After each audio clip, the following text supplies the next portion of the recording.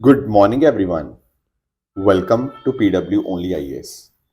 दोस्तों, बांग्लादेश के अंदर इलेक्शंस हुए एंड इन इलेक्शंस के अंदर जो बीएनपी पार्टी है, that is Bangladesh nationalist party, इसकी बहुत ही बड़ी जीत हमें देखने को मिल रही है। बीएनपी पार्टी ने टोटल 212 सीट्स जीती हैं एंड अब ऐसा बताया जा रहा है कि हो सकता है कि 17-18 फरवरी के आसपास जो बीएनपी पार्टी के चीफ हैं तारिक रहमान, ये यहाँ पर नए प्रधानमंत्री हो सकते हैं बांग्लादेश के। अब इंटरेस्टिंग बात आप यहाँ पे नोटिस करिएगा कि इस पर्टिकुलर जो जीत के आई है जो बीएनपी पार्टी, और इन जनरल अगर हम बात करें जो इलेक्शंस हुए थे, तो इसमें महिलाओं का और माइनॉरिटी का रिप्रेजेंटेशन अपने आप में पिछले 20 साल में सबसे कम आपको देखने को मिलेगा। यहाँ पर ये जो इलेक्शंस हुए हैं, इसमें केवल और केवल 7 महिलाएं चुन के आई हैं। और अगर हम बात करें आपकी रिलीजियस माइनॉरिटीज़ और एथनिक माइनॉरिटीज़ की, तो वहाँ पे केवल 4 कैंडिडेट्स यहाँ पे चुन के आए हैं। तो आप क्लियरली नोटिस कर पाओगे कि सभी कम्युनिटीज़ का रिप्रेजेंटेशन आपको यहाँ पे नहीं देखने को मिल रहा। बट अगर हम बात करें बीएनपी चेयरमैन की, तो इन्होंने यहाँ पे बोला है कि इनका एजेंडा अब यही होगा कि सबको साथ मिलकर कैसे आगे हम काम कर सकते हैं, सो दैट कि बांग्लादेश आगे जाके तरक्की और करे। बाकी हमारे प्रधानमंत्री जी ने यहाँ पे कंग्रेचुलेट किया है इनको इनकी जीत के लिए। और इवन अगर हम बात करें तो वेस्ट बंगाल के भी रिश्ते बहुत ज़्यादा इंपॉर्टेंट बन जाते हैं विद रिगार्ड्स टू बांग्लादेश। तो वहाँ की जो चीफ मिनिस्टर है ममता बनर्जी, उन्होंने भी यहाँ पे कंग्रेचुलेट किया है इनको और विशेष दी हैं, सो दैट कि आने वाले टाइम के अंदर अगर भारत और बांग्लादेश के रिश्ते अच्छे रहेंगे तो डेफिनेटली दोनों देशों के लिए काफ़ी अच्छी बात देखने को मिल सकती है। दोस्तों, डेट है आज की 14 फरवरी 2026 एंड आप सभी का स्वागत है आज के प्रीलिम बूस्टर न्यूज़ डिस्कशन में। दोस्तों, जब हम बात करते हैं 14 फरवरी की, तो ये अपने आप में एक ब्लैक डे, एक काला दिन होता है, क्योंकि आपको पता होगा कि आज से लगभग 7 साल पहले 2019 में हमारे जो सीआरपीएफ का जो कॉन्वॉय था उसके ऊपर अटैक हुआ था, जिसमें हमारे 40 सीआरपीएफ पर्सनल वो वीर गति को प्राप्त हुए थे। ये पूरे देश के लिए एक बहुत ही झकझोर देने वाला एक इंसिडेंट था और ये कहीं न कहीं आज का दिन हमें ये बताता है कि किस तरह से हम लोग सेफ हैं, क्योंकि हम लोग आराम से अपनी ज़िंदगी नॉर्मल हम कर पाते हैं। उसका रीज़न यही है कि कहीं न कहीं हमारे जो आर्मी के जवान हैं, हमारे जो पर्सनल हैं, वो यहाँ पर अपना देश की सिक्योरिटी के लिए हमेशा अपना दिन-रात एक करके पूरे जी-जान लगा के काम करते हैं। चाहे ठंड हो, चाहे गर्मी हो, चाहे कोई भी जगह हो। तो कहीं न कहीं हमारे जो जवान हैं ना, उन सबको सबके ऊपर हमारा पूरा गर्व है, पूरे देशवासियों को। स्टार्ट करने से पहले मैं आप सबको बता दूं कि अगर आपको इस सेशन की पीडीएफ चाहिए तो आप मेरे Telegram channel Rishabh Sharma sir PW यहाँ पे जाके इसकी पीडीएफ को डाउनलोड कर सकते हो। चलिए स्टार्ट करते हैं। पहला जो टॉपिक हमें डिस्कस करना है वो कौशल रथ के बारे में। अब देखो, कौशल रथ को समझने के लिए मैं पहले आपको थोड़ा सा युवा एआई फॉर ऑल समझाना चाहूंगा। दरअसल में युवा एआई फॉर ऑल, जैसे नाम में है ना आर्टिफिशियल इंटेलिजेंस, तो यहाँ पर ये ना एक तरह का कोर्स है। क्योंकि आप जानते हो, देखो, एआई की हम बातें ज़रूर करते हैं पर एआई कैसे काम करता है वो लोगों को नहीं पता। तो एक 4 साढ़े 4 घंटे का रफली आपको एक कोर्स देखने को मिलता है। ये 6 मॉड्यूल्स इसके अंदर आपको देखने को मिल जाएंगे और इससे एआई आपको समझ आ जाती है। और इसको समझने के लिए आपको कोई कोडिंग वगैरह की नॉलेज नहीं चाहिए। बिल्कुल फंडामेंटल से यहाँ पे सिखाया जाता है। फ्यूचर रेडी वर्कफोर्स क्रिएट करना हमारे यहाँ पे ऑब्जेक्टिव है। तो ये जो प्रोग्राम है ना, ये हमारी जो मिनिस्ट्री है, दैट इज मीटी ministry, ministry of electronics and information technology, उसके अंतर्गत आता है।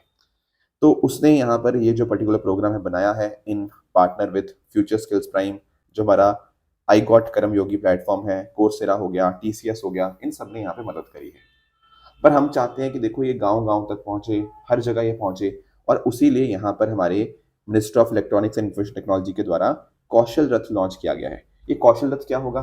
देखो, ऐसा समझ लो कि एक तरह से ये एक, जैसे एक बस कह सकते हो, एक वैन कह सकते हो। उस वैन के अंदर ये सारे लैपटॉप्स वगैरह लगे होंगे। यहाँ पर आप अपना ये कोर्स जो है वो कंप्लीट कर सकते हो। तो ये वैन जो होगी ना, ये गाँव-गाँव तक जाएगी, शहरों में जाएगी, कॉलेजेस में जाएगी, स्कूल्स में जाएगी, और कैसे एआई सीखना है, कैसे जनरेटिव एआई टूल्स पे काम किया जाता है, वो सारी चीज़ें बताई जाएँगी। And at the same time यहाँ पर कुछ आपके आईटी एक्सपर्ट्स भी होंगे, फैसिलिटेटर, जो आपको मदद करेंगे इन चीज़ों को समझने के लिए। तो एक तरह से आप कह सकते हो ये एक मोबाइल एआई अवेयरनेस यूनिट है, जिसको कि नेशनल एआई लिटरेसी प्रोग्राम युवा एआई फॉर ऑल के अंतर्गत लॉन्च किया गया है, कौशल रथ को। जैसे रथ होता है ना, अलग-अलग जगह मूव करता है, तो वैसे ही ये रथ है एआई का, ये रथ है नॉलेज ट्रांसफर करने का। ठीक है, तो एक तरह की कंप्यूटर लैब है, इसमें पूरा इंटरनेट होगा, ऑडियो विजुअल टूल्स होंगे, प्रॉपर मॉड्यूल्स होंगे, और सब जगह इस तरह से बच्चों तक यहाँ पे हम पहुंच पाएंगे, चाहे वो सेमी अर्बन है, अंडर सर्व रीजन्स हैं, वहां तक भी चीज़ें यहाँ पे हो पाएंगी। तो इस तरह से मीटी मिनिस्ट्री तो है ही है, बाकी इसके अलावा all India society for electronics and computer technology, इन्होंने भी साथ में हमारे यहाँ पे पार्टनर किया है। तो इस तरह से schools, colleges, ITIs, community spaces, सब जगह ये ट्रैवल करेगी एंड इस तरह से मदद किया जाएगा एआई को समझने के लिए। आगे आते हैं दोस्तों, नेक्स्ट हमारे सामने है UN security council 1267 sanction committee. सबसे पहले इसका मीनिंग समझ लेते हैं, बाद में आएंगे इसके करंट रेफरेंस के ऊपर कि करंट में न्यूज में क्यों है। देखो, जब मैं बात करता हूँ ना यूएन SC 1267 सैंक्शन कमेटी, ये दरअसल में 1999 के अंदर एस्टेब्लिश हुई थी, और बाद में हमने देखा कि कैसे 9/11 के अटैक्स हुए, ठीक है, जो यूएस के ऊपर अटैक्स थे, फिर इसको यहाँ पे अपडेट किया गया। एक्चुअली इसका ऑफिशियल नाम जो है ना वो देश एंड आपका अल कायदा सैंक्शन कमेटी है। इसका मीनिंग पता क्या है, हमें टेरर के ऊपर लगाम लगानी है। अब टेरर के ऊपर लगाम लगाने के लिए क्या चाहिए, एक तो देखो फंडिंग के ऊपर रोक लगानी पड़ेगी, आर्म्स के ऊपर एम्बार्गो लगाना पड़ेगा। तो बिल्कुल, अगर मान लो कोई टेररिस्ट है तो उसको यहाँ पे एक लिस्ट बनाई जाती है UNSC 1267 कमेटी के द्वारा, जैसे अलकायदा के साथ कोई टेररिस्ट लिंक्ड है, इस्लामिक स्टेट के साथ है, और बाकी भी अब तो इंक्लूड हमें करने लगे हैं। तो उनके ऊपर ट्रैवल बैन लगाना, उनके कहीं पर भी पैसे वैसे होंगे तो उसके ऊपर फ्रीज लगा देना कि आप पैसे नहीं निकाल पाओगे। तो एक तरह से ये मदद करता है टेररिज्म को रोकने के लिए। तो कोई भी मेंबर स्टेट है वो यहाँ पर प्रपोजल दे सकता है कि एक इंडिविजुअल को, एक ग्रुप को बैन कर दिया जाना चाहिए, एक टेररिस्ट घोषित कर देना चाहिए। तो होता क्या है ना, फिर इस कमेटी के पास जाता है। तो इस कमेटी में क्या होता है, जो भी आपके यूएनएससी के मेंबर्स होंगे, देखो आप लोग जानते होंगे यूएनएससी में आपके 5 परमानेंट मेंबर होते हैं, P5 जो है, और आपके 10 नॉन परमानेंट मेंबर होते हैं। तो ये जो टोटल 15 मेंबर्स होंगे ना, ये सभी आपके UNSC 1267 कमेटी के मेंबर्स होते हैं। तो यहाँ पर डिसीजंस किसी को इंक्लूड करने के, मतलब लिस्ट करने के या डी लिस्ट करने के, वो यहाँ पर इसी के द्वारा लिए जाते हैं कंसेंसस के माध्यम से। इस तरह से ये पूरा आपका UNSC 1267 कमेटी जो है वो वर्क करती है। अब पॉइंट आएगा कि सर अभी करंट रेफरेंस क्या है।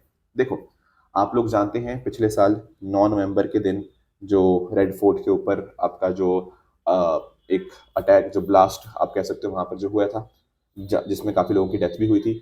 तो ये जो अटैक है ना, ये दरअसल में जैश ए मोहम्मद ने यहाँ पे करवाया था।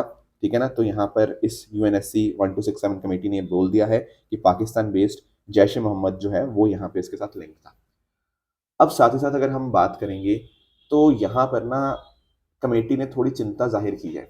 क्या चिंता जाहिर की है, देखो जो जैश ए मोहम्मद का जो लीडर है ना, मसूद अजहर, ठीक है, तो दरअसल में उसने बहुत सारे नए नए तरीके स्टार्ट किए हैं दुनिया में टेररिज्म फैलाने के। जैसे कि एक वुमेन ओनली विंग उसने स्टार्ट किया है जिसका नाम है जमात उल मोमिनत। अब पॉइंट पता क्या है, टेररिज्म में नॉर्मली ऐसा देखा गया कि जो मेल होते हैं वो ज्यादा होते हैं, लड़कियां कम होती हैं। पर यहाँ पर इसने अपने बेस को बढ़ाने के लिए, अपने रूट्स को और बड़ा करने के लिए, अपने ग्रुप को और बड़ा करने के लिए एक महिलाओं के लिए अलग से एक अपना विंग जो है वो यहाँ पे स्टार्ट कर दिया। तो कहीं ना टेररिज्म की जो जड़ें हैं वो फैलती जा रही हैं, मतलब फैलाने की या फिर कह दो कि कोशिश करती जा रही हैं। अब दिक्कत पता क्या है कि महिलाओं को अगर इन्वॉल्व किया जाए, और खासकर जैश ए मोहम्मद जो है ना वो जम्मू कश्मीर के अंदर बहुत कोशिश करता है कि कुछ कुछ अटैक करवाने की, तो महिलाओं को इन्वॉल्व करना मतलब ऑपरेशनल रोल्स के अंदर उनको इंक्लूड कर लेना। तो मदद के तौर के ऊपर टेररिस्ट को महिलाएं मदद करेंगी उनको। तो ऐसी यहाँ पे कोशिश चल रही है आज के समय जैश ए मोहम्मद की। तो इसके रिगार्डिंग थोड़ा सा जो हमारा जो अभी बात चल रही है कमेटी की, तो उसने यहाँ पे बोला है कि हमें थोड़ा सा इस चीज़ों के रिगार्डिंग भी चीज़ें देखनी होंगी, सो दैट कि इस तरह की चीज़ें यहाँ पे ना हो और इनके जो मंसूबे हैं उनको हम यहाँ पे खत्म कर पाए। आगे आएंगे दोस्तों, नेक्स्ट टॉपिक हमारे सामने है नेटोस आर्कटिक सेंट्री मिशन। अब इसको भी समझते हैं। पहले तो मैं आपको 2 वर्ड समझाना चाहूंगा, एक तो है आर्कटिक। आर्कटिक आप सबको पता होगा, है ना, बेसिकली जो पोलर रीजन है नॉर्थ पोल के पास में उसको हम आर्कटिक बोलते हैं। बेसिकली इसमें आपका आर्कटिक ओशन आ गया, and Russia, Canada, Norway, Denmark, USA, इनके कुछ कुछ हिस्से जो हैं जो कहीं ना कहीं आर्कटिक के साथ टच करते हैं, वो सारे यहाँ पे आर्कटिक के अंदर हम इंक्लूड कर लेते हैं। अच्छा, एक और कॉन्सेप्ट आता है हाई नॉर्थ का। ये हाई नॉर्थ ना दरअसल में यूरोपियन सिक्योरिटी के अंदर ये वर्ड इस्तेमाल होता है। इसका मीनिंग ये है कि जो भी यूरोप के नॉर्दर्न मोस्ट एरियाज है ना, उनको हम हाई नॉर्थ का नाम देते हैं। जैसे आपका नदन नॉर्वे हो गया, ठीक है, और जो उसके आसपास जो सीज हैं, वो सारी चीज़ें यहाँ पे इसके अंदर इंक्लूड हो जाती हैं हाई नॉर्थ के अंदर। क्योंकि देखो इस एरिया की इंपॉर्टेंस बहुत ज़्यादा है, तो इस नाम को देते हैं हम हाई नॉर्थ। ठीक है, अभी क्या हुआ है, नेटो ने एक अपना नया, नेटो तो आप जानते होंगे, नॉर्थ अटलांटिक ट्रीटी ऑर्गेनाइजेशन, जो एक अपने आप में पॉलिटिकल एंड मिलिट्री अलायंस है, 1949 में बनी थी, है ना। यूएस से मेन मेंबर है, बाकी इसके अलावा टोटल 32 मेंबर्स इसमें देखने को मिलते हैं, with headquarter at Belgium Brussels. कई बार डिस्कशन कर चुके हैं नेटो के बारे में। तो अभी पता क्या हुआ है, नेटो ने एक नया आर्कटिक सिक्योरिटी इनिशिएटिव स्टार्ट किया, जिसका नाम है आर्कटिक सेंट्री। अब क्यों ऐसा क्यों, देखो एक्चुअली पता क्या है, आर्कटिक बड़ा ज्यादा इंपॉर्टेंट बन चुका है। अब आर्कटिक में रशिया का प्रेजेंस भी है, और कहीं ना कहीं आप लोग नोटिस कर पा रहे हो कि जो चाइना है ना, वो भी अपना जो प्रेजेंस है वो यहाँ पर बढ़ाने की कोशिश कर रहा है। तो नेटो ये सब नहीं चाहता, नेटो चाहता है कि भाई देखो, जो आर्कटिक वाला रीजन है ना, वहां पर स्टेबिलिटी मेंटेन रहे और उसका ज्यादा दबदबा रहे। इसीलिए यहाँ पर आर्कटिक सेंट्री मिशन यहाँ पे नेटो ने लॉन्च किया है। तो यहाँ पर कलेक्टिव सिक्योरिटी को एनहेंस करने के लिए, आपस में अलाइज के बीच में कोऑर्डिनेशन इंप्रूव करने के लिए इन द आर्कटिक रीजन, ये आर्कटिक सेंट्री मिशन यहाँ पे स्टार्ट किया गया है नेटो के द्वारा। इससे कहीं ना कहीं वो अपनी टेरिटरीज को सेफ गार्ड कर पाएगा, अपने आर्कटिक के अंदर स्टेबिलिटी और नॉर्थ, हाई नॉर्थ रीजन के अंदर स्टेबिलिटी जो है वो यहाँ पे इंश्योर कर पाएगा। ऑलरेडी कुछ नेटो के ऑपरेशन चलते भी, जैसे आपका बाल्टिक के अंदर चलता है बाल्टिक सेंट्री, ईस्टर्न सेंट्री, तो उसी से इंस्पिरेशन लेते हुए आर्कटिक के अंदर उन्होंने आर्कटिक सेंट्री मिशन यहाँ पे स्टार्ट किया है। तो यहाँ पर कुछ मेजर आपके ड्रिल्स होंगे, जैसे for example exercise cold response, and UK जो आपका लीड करेगा लॉ एंड प्रोटेक्टर। इससे कहीं ना कहीं आर्कटिक ऑपरेशंस को अंदर फोर्सेस को ट्रेन करने के अंदर मदद मिलेगी, एंड कोई नॉर्वे आइसलैंड के ऊपर कोई भी थ्रेट आता है उसको टैकल करने के अंदर भी ये इंश्योर कर पाएगा कि जो आपका मिशन है नेटो का आर्कटिक सेंट्री मिशन। आगे आते हैं, नेक्स्ट टॉपिक हमारे सामने है shorter all oral regiments for drug resistant TB. समझेंगे एक एक करके, चिंता नहीं करनी, देखने में डिफिकल्ट लग रहा है पर है बिल्कुल नहीं। आप लोग टीबी के बारे में समझते होंगे, ट्यूबरक्लोसिस। टीबी जो होता है वो माइकोबैक्टीरियम ट्यूबरक्लोसिस के द्वारा यहाँ पे कॉज किया जाता है। ठीक है, अब टीबी के लिए दवाइयाँ आती हैं, जो बहुत ही फेमस ड्रग्स हैं, दैट इज आइसोनियाजिड एंड आपका रिफाम्पिसिन। इनको ना हम फर्स्ट लाइन ड्रग्स बोलते हैं। क्यों? क्योंकि किसी को टीबी ट्रीट करना है तो इन ड्रग्स का इस्तेमाल होता है। पर अगर मान लो आपने ये जो आपकी जो ड्रग्स वगैरह थी, अगर आपने जो मतलब मेडिसिन थी, अगर आपने उनको सही ढंग से नहीं लिया, तो क्या होता है ना कि आपका ये जो बैक्टीरियम है ये रेजिस्टेंट होने लग जाता है। रेजिस्टेंट मतलब कि अगर आप दवाई खाओगे भी तो उसके ऊपर, बैक्टीरिया के ऊपर कोई इम्पैक्ट नहीं बनता, कोई इम्पैक्ट उसके ऊपर नहीं आता। इसको बोलते हैं हम ड्रग रेजिस्टेंट। ठीक है ना। अब ये जो हम वर्ड इस्तेमाल कर रहे हैं मल्टी ड्रग रेजिस्टेंट, इसका मतलब क्या, कि जो दो ड्रग्स मैं आपको बता रहा हूँ आइसोनियाजिड और रिफाम्पिसिन, इनको अगर यहाँ पे इनके इन मेडिसिन को खाने के बाद टीबी मतलब आपका ठीक नहीं होता, मतलब आपका जो बीमारी थी, तो उस केस में उसको हम बोलते हैं मल्टी ड्रग रेजिस्टेंट टीबी। समझे? तो आज के समय बहुत ज़्यादा बड़े स्तर के ऊपर ये फैल रहा है। इसको कई बार हम लोग आर टीबी भी बोल देते हैं। आर टीबी क्यों? रिफाम्पिसिन, ठीक है, क्योंकि रिफाम्पिसिन के रेसिस्टेंट हो चुका है, इसलिए इसको आर टीबी भी बोल दिया जाता है।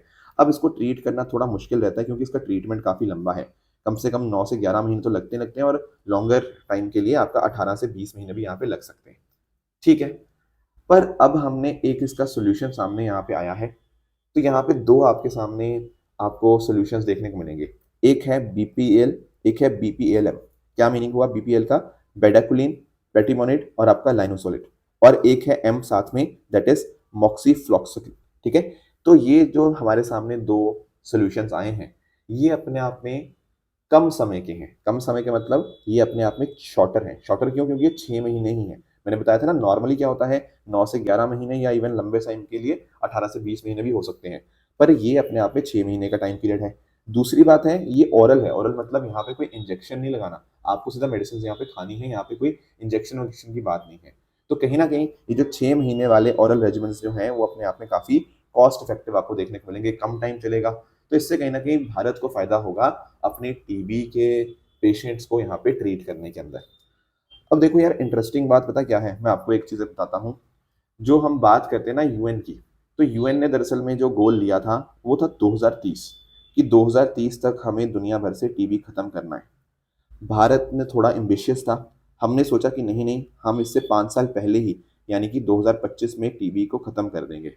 पर सर 2025 तो खत्म हो गया, 1.5 महीना हो गया 2025 खत्म हुए, क्या देश में टीबी खत्म हो गया? नहीं। सरकार का ये टारगेट था 2025, जैसे हम टारगेट लेके चलते हैं ना कि हमें कहाँ तक पहुंचना है 2047 तक, तो ऐसे ही टीबी एलिमिनेट करने के लिए हमने 2025 का टारगेट लिया था, पर ये नहीं हो पाया। कई बार बच्चों ने मेरे से पूछा भी था क्या ये हो पाएगा 2024 का, मुझे याद है तब एक स्टूडेंट ने मेरे से पूछा था, तो देखो मैंने तब भी बताया था कि आज के टाइम में अभी हम बहुत दूर हैं अगर हम रियलिस्टिकली बात करें। इवन 2030 तक भी अगर हम टीबी एलिमिनेट कर पाते हैं, ये सरकार की बहुत बड़ी अचीवमेंट होगी।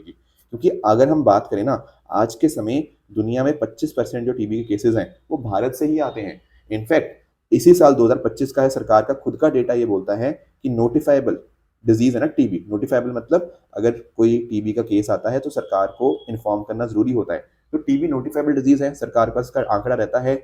इस साल ये नंबर 24 से 25 लाख के बीच में आया है। ठीक है, it is little less than 25 lakh. तो अभी भी भारत में मतलब जो नए केसेस की बात करें तो 25 लाख नए केसेस आए हैं और लगभग 2.5 से 3 लाख डेथ्स हर साल होती हैं। तो कहीं ना कहीं अभी हमें बहुत ज़्यादा काम करना है टीबी को खत्म करने के लिए। तो डेफिनेटली आने वाले 5 साल टीबी की लड़ाई के लिए बहुत ज़्यादा इंपॉर्टेंट होने वाले हैं।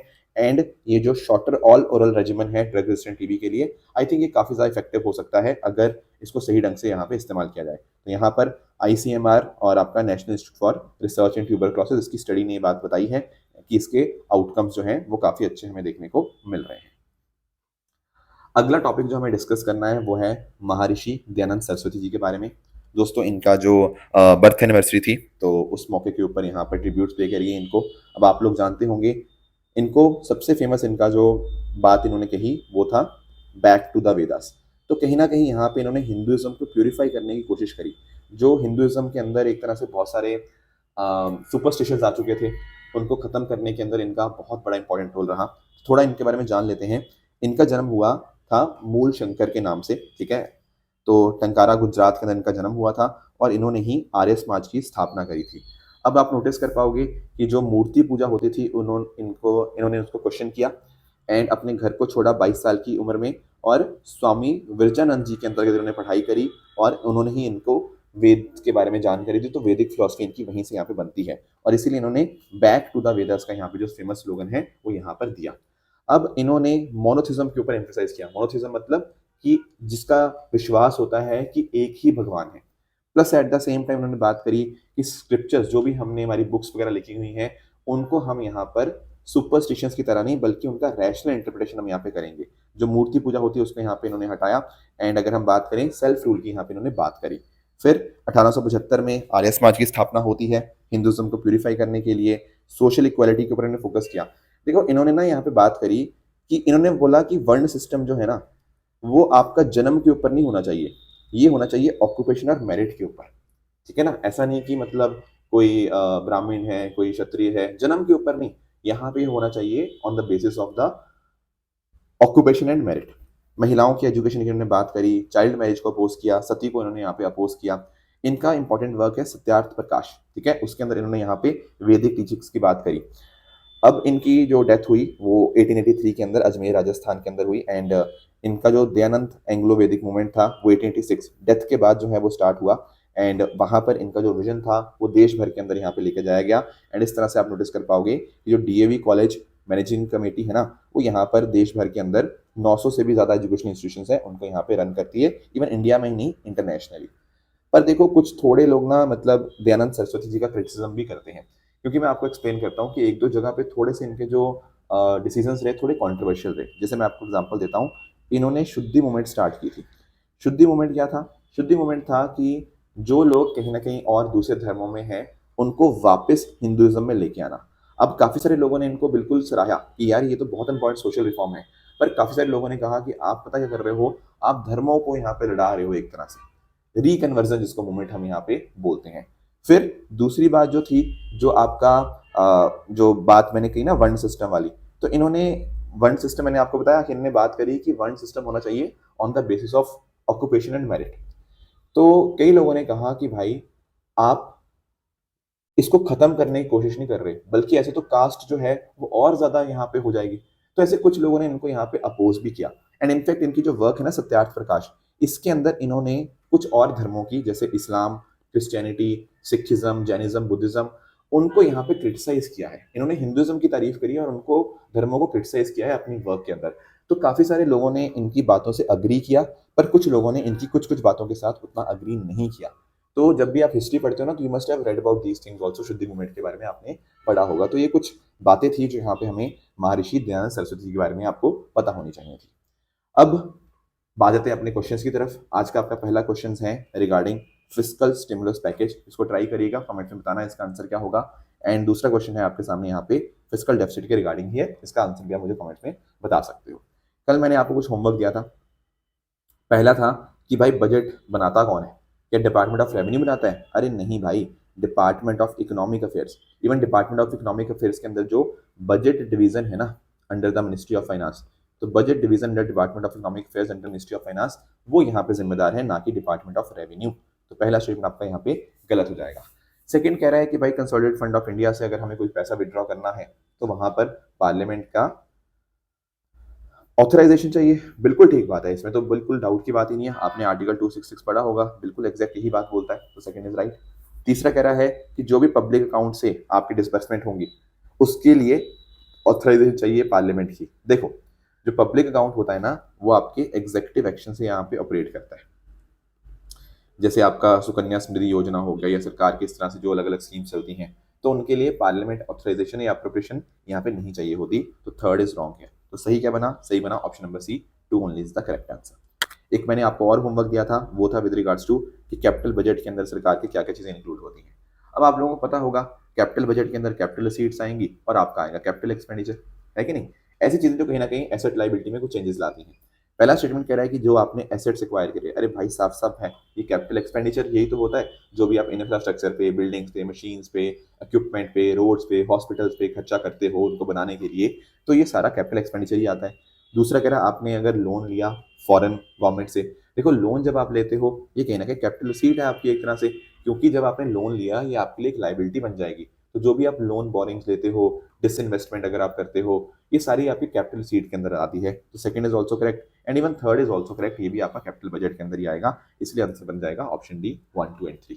अब रही बात ट्रू एंड फॉल्स स्टेटमेंट्स की, इनको एक बार ट्राई करो आप लोग, ठीक है? एंड जो कल मैंने आपको होमवर्क दिया था, एक था एनसीडीसी के बारे में। तो एनसीडीसी ये अपने आप में एक स्टैट्यूटरी बॉडी ही है, पार्लियामेंट के एक्ट के द्वारा बनाई गई थी, that is a correct statement.